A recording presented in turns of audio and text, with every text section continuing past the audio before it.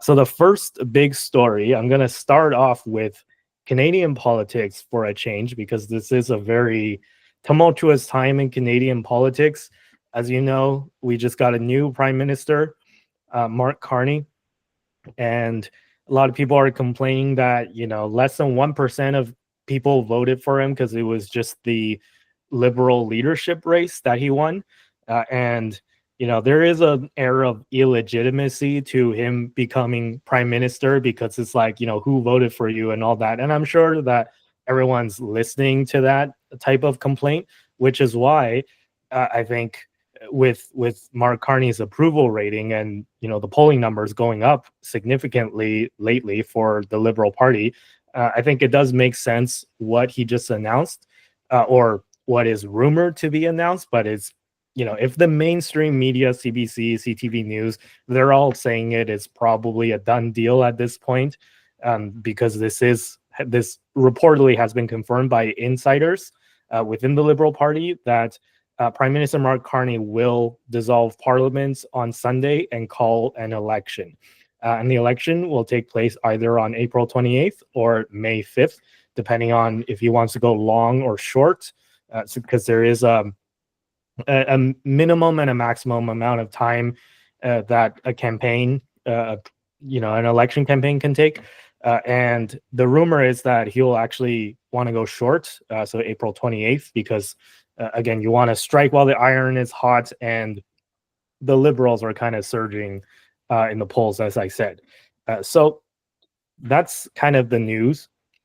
And before we jump into what you guys' thoughts are on a potential upcoming election, I just want to kind of share with you some story, some kind of more gaffes that have come up with Mark Carney.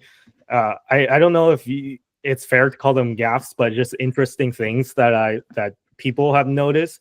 The first thing that he did once he became prime minister was to cancel the carbon tax, but he didn't really cancel it. What he did was he dropped the rate to zero, but the law is still there, and at any point he can just raise it back up to where it was. I'm not necessarily saying that he will, but it's just the framework for the entire law is still there. It's just not going to be enforced because the rate is being dropped to zero. So that's kind of a caveat. And the second caveat is that it is only the consumer carbon tax that is being dropped, not the entire carbon tax kind of framework. So the corporate side is still going to stay. And that's a little bit of a concern for people, especially if you know anyone that works in the oil and gas industry, or know anyone that works in, I don't know, logistics and stuff like that, which uses fuel. That part is still going to stay. It's just it won't be on your home heating bills, and you won't see it like reflected in like your bills, right? As a consumer. So that's kind of a caveat. And the way that he went about this is also kind of interesting. So they say that imitation is the best form of flattery. So I'm sure you guys have seen Trump when he signs an executive order. He brings it in like a big black binder or folder type of thing. When he opens the folder, he signs his name, and then he like shows around the executive order to the press, right? And in America, that actually does make sense, because there is a thing that called the executive order that the president of the United States is able to do.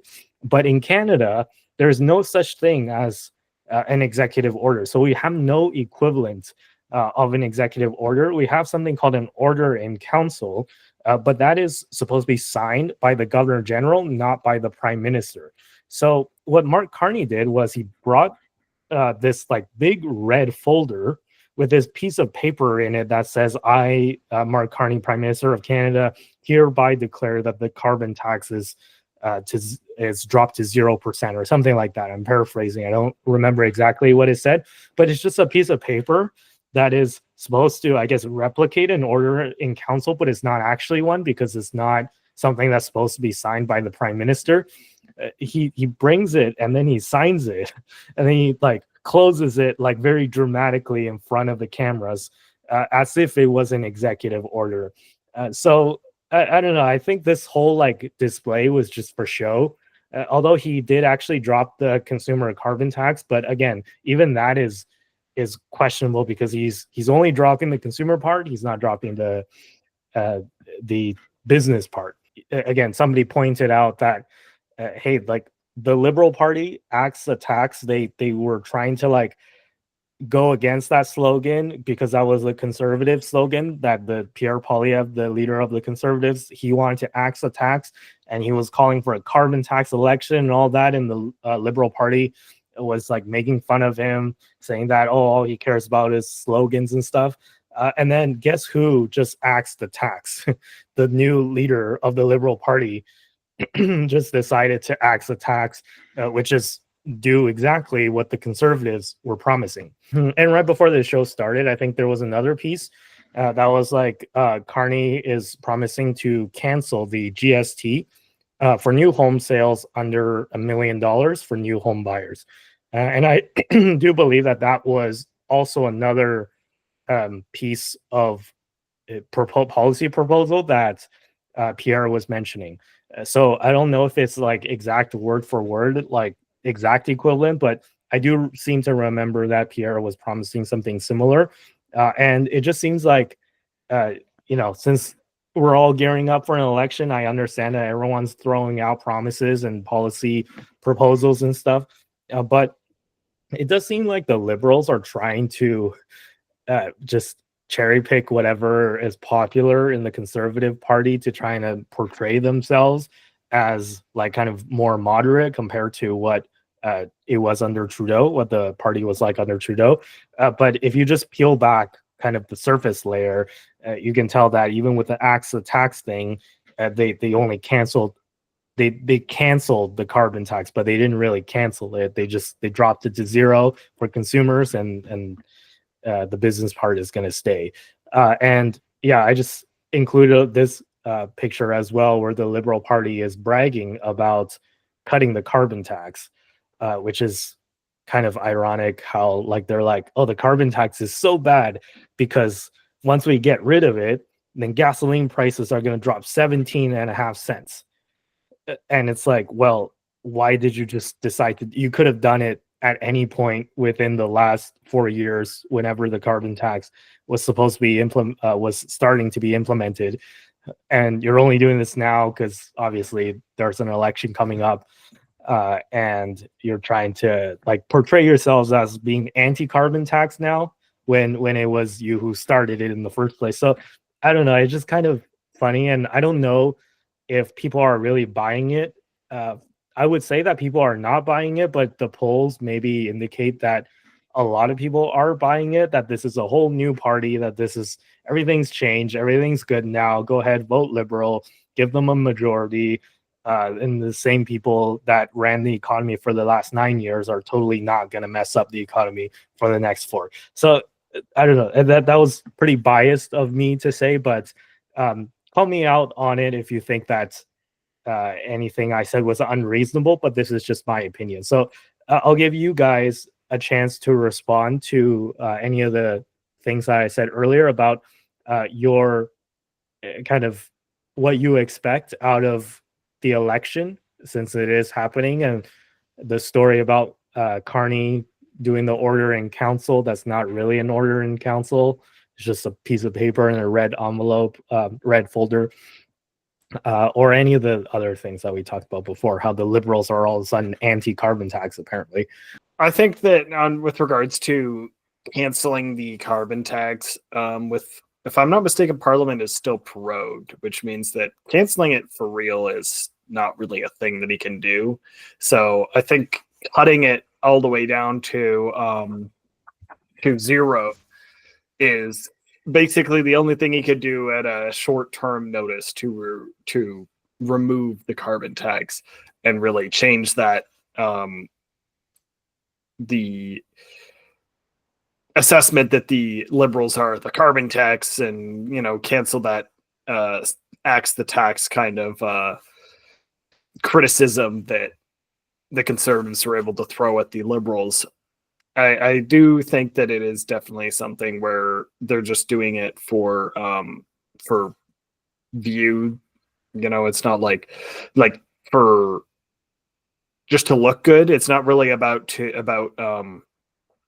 actually axing the tax. Really, that's kind of the vibe I get. It's just like they're trying to do what they think that the Canadian people want, and they're just basically doing it to try and get reelected. Yeah. So on that note, sorry to interrupt, but on that note, if that is the case, assuming that the Liberals, let's say the Liberals win, right, and Mark Carney becomes the prime minister for the next 4 years, do you think that they're going to bring back the carbon tax then? I don't know if they'll bring it back or if they will hide it differently, like by taxing the corporations, which will flow through and tax us in the end, right? I think that's more likely because at that point we don't see the tax. I feel like the big issue with the tax is that we have to see it, right? Like when I look at my utility bill, I see a line on there that says federal carbon tax. Whereas if they're taxing the utility company doesn't necessarily need to put the carbon tax on a line. It would just be, oh, all your natural gas is XYZ amount more expensive. So I think that is probably more along the lines of what they're going to do. That's kind of my assessment. I don't know. I guess it's possible that he cancels the tax for real. I'm not saying that he's definitively going to do that, but it's just Mark Carney has in the past spoken favorably of a carbon tax. So just the fact that he seems to be reasonably on board with it to me implies that he's going to continue being reasonably on board with it, and that's kind of more so where I'm kind of basing my perspectives of this on. So I guess we'll kind of have to see how it works out on that front. I think that he's probably wise to do an election sooner rather than later, because I think that the longer people have to get used to him, the sooner people will realize that this is just Justin Trudeau's cabinet reshuffled underneath Mark Carney for the most part. And I feel like people will quickly start to not like that a lot faster than if the Liberals run an election soon and they can kind of benefit from that momentum they've got in the polls. Again, I'm not sure if they will win because of it, but I think that they've got a higher chance of winning because of their swapping Trudeau out. And honestly, the wave of patriotism from the Canadian population as a result of the Trump tariffs and the kind of adversarial role the Americans have been acting in the last little bit, led by the whole way Trump's talking about annexation. All of this stuff, I feel like, tends to encourage people to vote for the sitting government. But at the same time, I think that, and on that front, I think that they are doing a good job of trying to paint Pierre as a Trump comparison. But I think at the same time, they're going to have a pretty hard time just because even if people are currently really angry at the Americans, the Liberals still have done a pretty poor job the last while. So there's a lot of room to attack the Liberals where they can't really attack the Conservatives very well, since the Conservatives, when they were in power last, things were significantly better than they are now. So on that front, it's like, do they have a ton of ability to attack the Conservatives' records? Not to the same extent that the Conservatives can attack the Liberals. So I think it'll kind of come down to it's gonna be more close than I was originally expecting. I thought the Conservatives would sweep them, but with Carney at the helm rather than Trudeau, I think the Liberals have a higher chance, and maybe we might even see like a minority conservative government rather than a majority or something to that effect, even if the Conservatives do win.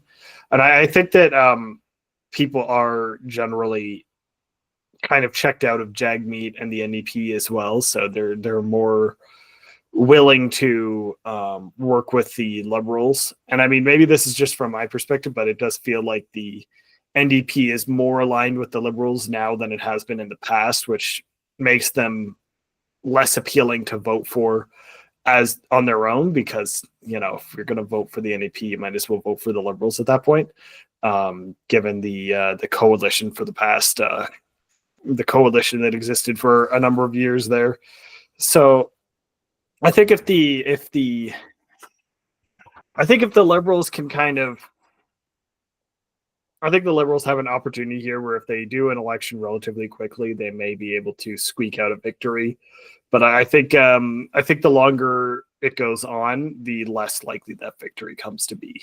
But that's kind of my perspective. And I mean, that's also barring Trump doing something extremely crazy that causes much greater unification of like Canadian against him, in which case I think the Liberals will have more support. So I'm more thinking like if things stay more or less the same as they have been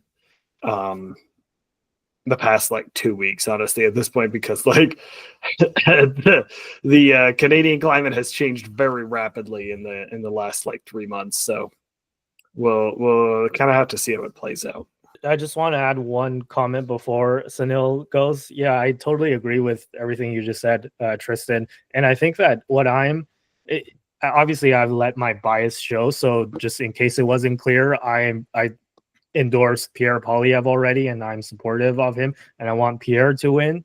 And I personally don't like Mark Carney, but again, everyone has their own opinions. You can just vote for whoever you want. I'm not like trying to force you to do anything, but just to get that out of the way, right? And from my perspective, I just see it as I'd see this political climate in Canada, the situation in Canada, as very similar to what happened in the UK, which is concerning, because in case you guys don't know what happened in the UK, it's like in the UK it's slightly different, where the Conservatives were in charge and they did a pretty bad job objectively, so people hated the Conservatives, and then a new right-wing party called Reform UK rose up, and then it kind of split the right wing, and then the left wing, which is led by the Labour Party, they won like a big super majority in the UK, with only like 33% of the popular vote,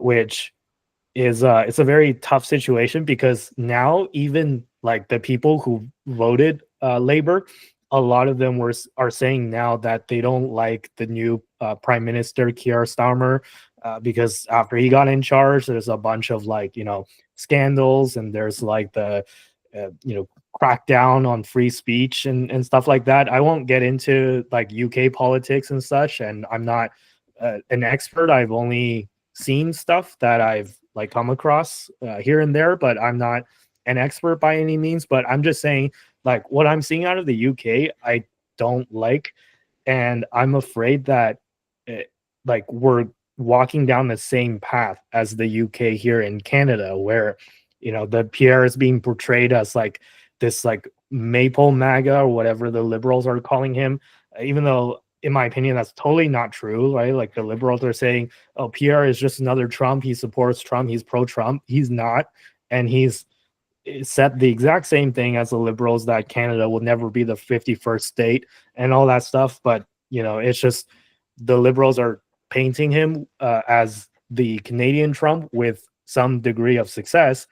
And Canadians are very emotional right now. And I'm not saying that we don't have a right to be emotional. Obviously, like this kind of tariff situation is a thing that would cause a big emotional reaction. But I'm just saying that because we're in this high emotional state, we're at the risk of making a big mistake if we, you know, elect Carney for another 4 years, and having the same people who are in charge of the Trudeau cabinet and the Trudeau government basically reshuffled and reappointed. If you look at Carney's cabinet, it's mostly the same people, right?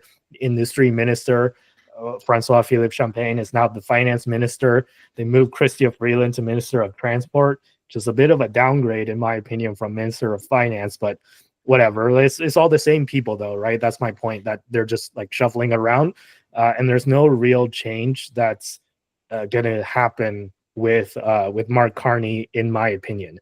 But let me pass it off to Sunil. What do you think about this whole situation?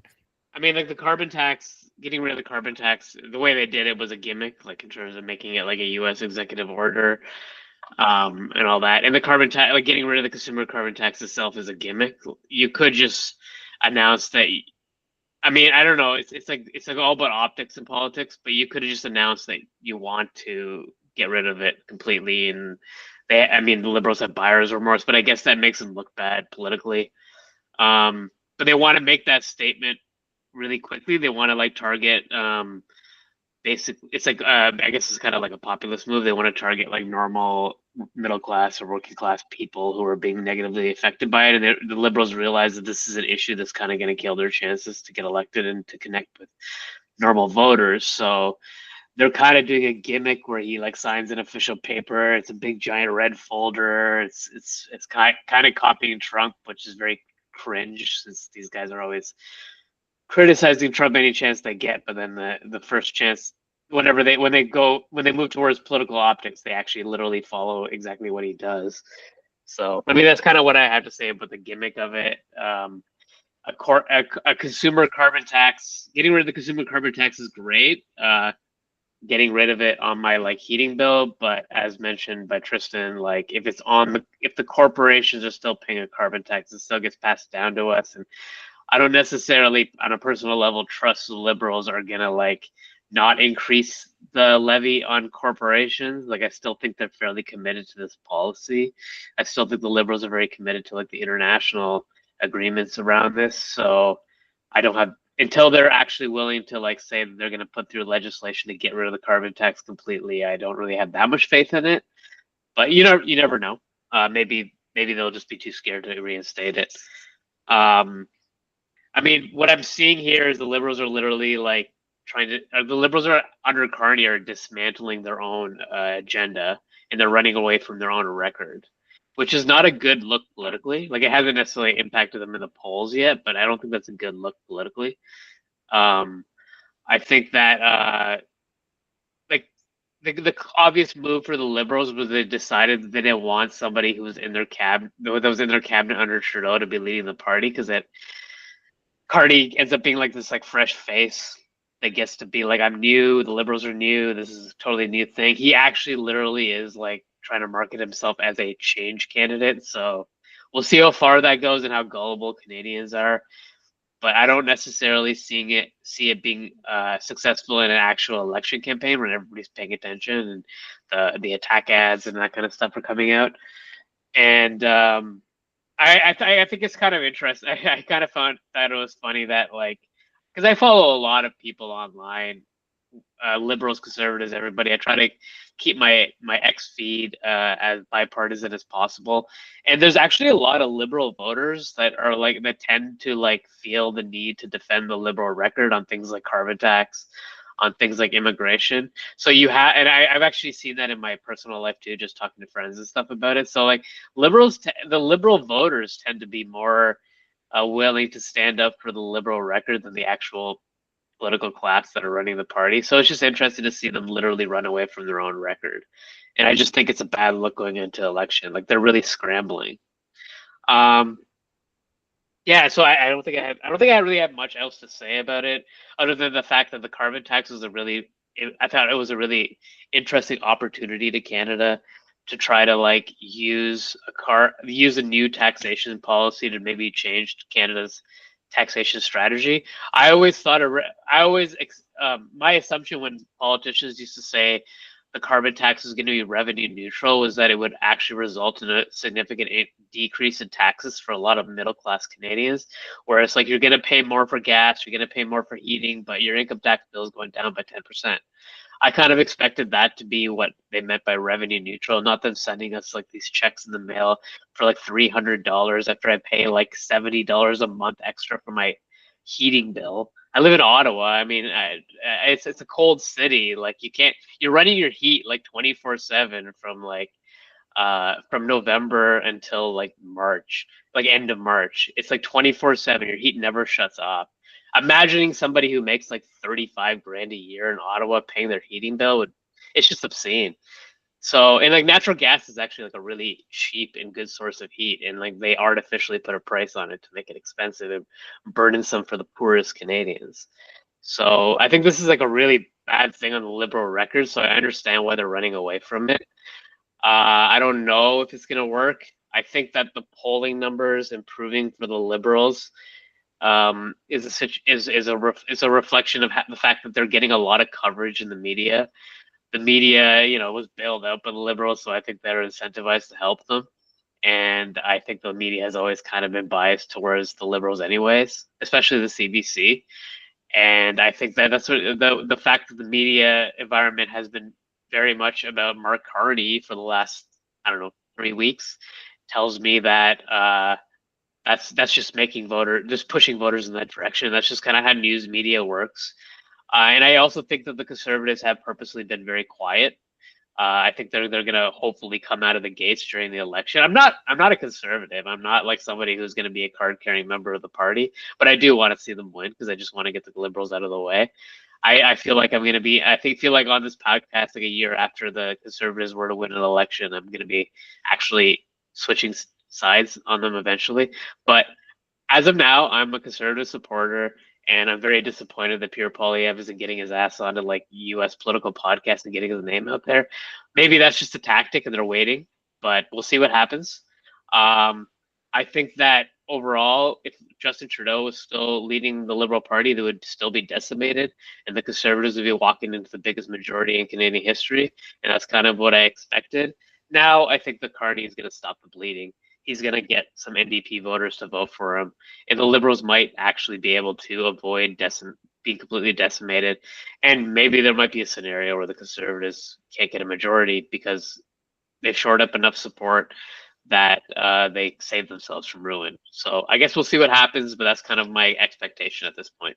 Yeah, and by the way, before people accuse me of being super politically biased, I'm actually not a member of the Conservative Party, and in the past, I've voted for the Liberals and I've voted for the NDP, and I don't think there's been a federal election yet where I've actually voted for the Conservatives my entire life.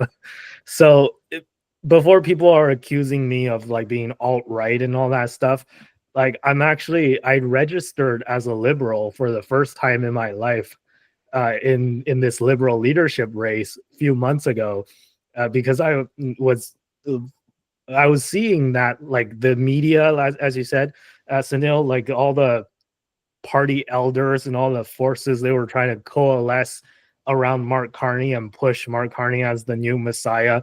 And it just like kind of rubbed me the wrong way. So I registered as a Liberal just so that I can vote against Mark Carney. I voted for Frank Baylis as number one, and I ranked Carney as last. But unfortunately, I was not successful because only like a couple thousand people voted for Frank Baylis, and he got like 3% of the vote or something. Yeah, there's only like 3% of Liberal Party members that are forward-looking, guys. But what are you gonna do? But yeah, I'm also a card-carrying member of the Liberals currently because I voted in the leadership race, and I had the exact same ballot as Andy.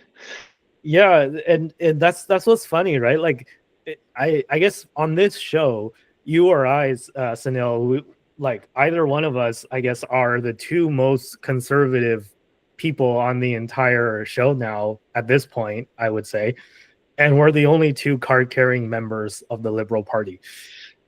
So I just found that kind of ironic. But yeah, I mean, I'm officially registered as a Liberal, but I would not be voting for Mark Carney in this upcoming election. Just putting that out there. And I hope it doesn't bite us in the ass one day when one day it's going to be revealed that we're like card carrying Liberals, but we'll see what happens.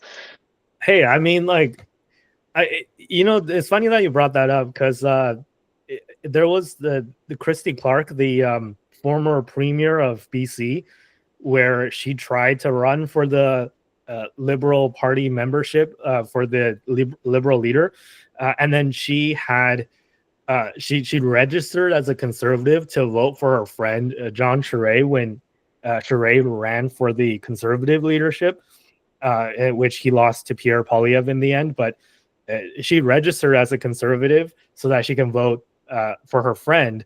And then I feel like if she had just been honest about that fact from the beginning, then Canadians would have understood. It's like, hey, like this person is your friend. You don't like Pierre Poilievre, which is, Liberals by definition don't, because he's from the opposition. So like, yeah, to prevent Pierre Poilievre from getting the Liberal leadership, of course, like registering as a Conservative just so that you can vote against him, that's like a valid strategy, right? Like if she had just been honest about that from the beginning, then everything would have been fine. But she wasn't. She was like, oh, I never registered as a Conservative. What are you talking about? That totally didn't happen.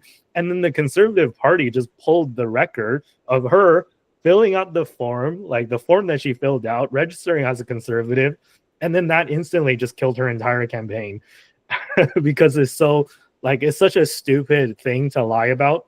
I don't know why she did it, and it's embarrassing, to be honest. So I'm not afraid of like somebody finding this episode and pulling this clip in the future if I ever decide to like run for the Conservative leadership or become a Conservative MP or anything like that.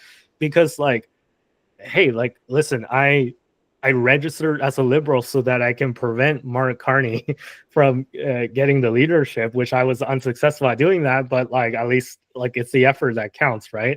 And I voted for Frank Baylis because, in my opinion, he's out of all the people that they didn't kick out of the race, all the people that were left at the end, he was the most moderate guy in the whole stage, on the whole debate stage.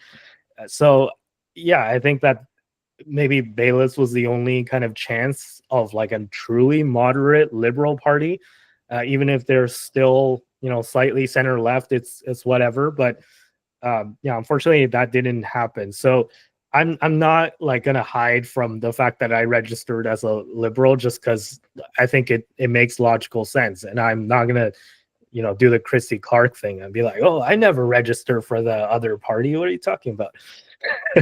Right? Yeah, we're just doing what we have to do to keep the globalists out of power. That's what we're doing.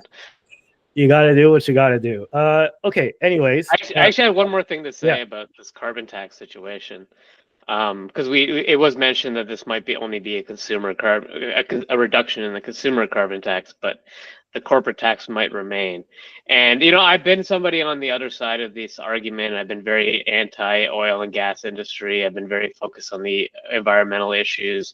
I was a little bit younger than I am now, but I will just for people who are viewing, like when Canada puts a price on carbon and when Canada puts regulatory burden on like Canadian oil producers, who people like my old self would have been cheering on to do certain things like that. I just want to let you know that when you do that, you're making Canada less competitive with other big Western countries. You're making Canada less competitive in countries like Australia, where they're big in the resource sector, and they're one of our biggest competitors. And Australia had a carbon tax for a very short period of time in like the last decade, and they got rid of it like really quickly. And now Australia is, for example, is a country that is competing with Canada directly on many resource industries, and they have a easier regulatory environment, and they don't have a carbon tax. So their producers can pull resource out of the ground for much cheaper than Canadian producers can, which makes it so the Canadian producer, Canada has just as much lithium and the battery supplies as Australia has, but Tesla in America gets that material from places like Australia and not Canada because of our regulatory nonsense. And I'll also point out that a lot of the resources that are available in Canada are also available in the United States. And I don't know if you guys are aware, but the United States is the biggest, most powerful country the world has ever seen. And if Canada thinks that we can compete with the US industry, we are stupid. We are being stupid right now by putting a regulatory burden on our producers. That's all I have to say. I just want to say that I think that a lot of this kind of pivot by the Liberal Party of being all of a sudden not for the consumer carbon tax anymore. It's just disingenuous in so many different ways, right? It's obviously disingenuous that they supported it for years until they got a new leader and they're like, oh, consumer carbon tax is divisive. That's why we're getting rid of it. It's like, well, you could have done that a long time ago, right? You just realize that now. And after like defending it for years and years, and it's also like the liberal supporters. I find that the liberal supporters, they always had a hard time kind of defending the carbon tax, the consumer carbon tax, when, as you said, it shows up on your bill, right? Like it's really hard to defend that when you look at your bill and it's like you're paying a couple $100 more sometimes for your home heating bill than you were before when the carbon tax wasn't a thing. But so they don't try to fight that directly, but they try to like approach it from the angle. It's like, oh, we're taxing big polluters, right? Or big corporations. That's always kind of the angle that they're going for. And then they're still going for that because, as you said, the business carbon tax is still a thing. And that's also incredibly disingenuous because like the people that are advocating for taxing like all these like big corporations, you realize that cost is going to get passed on to the consumer one way or another, right? Like how does food get to the grocery store? How does anything get anywhere? You need transportation. It's pretty much almost all fossil fuel based, right? I know there's like more and more electric vehicles, but even then, it's a small fraction of the whole like transportation industry. So it's disingenuous to pretend that, oh, because Carney got rid of the consumer carbon tax, it's all good now. We can continue to just tax the corporations with no negative downside. And as you said, Sunil, is making Canada very uncompetitive on the world stage.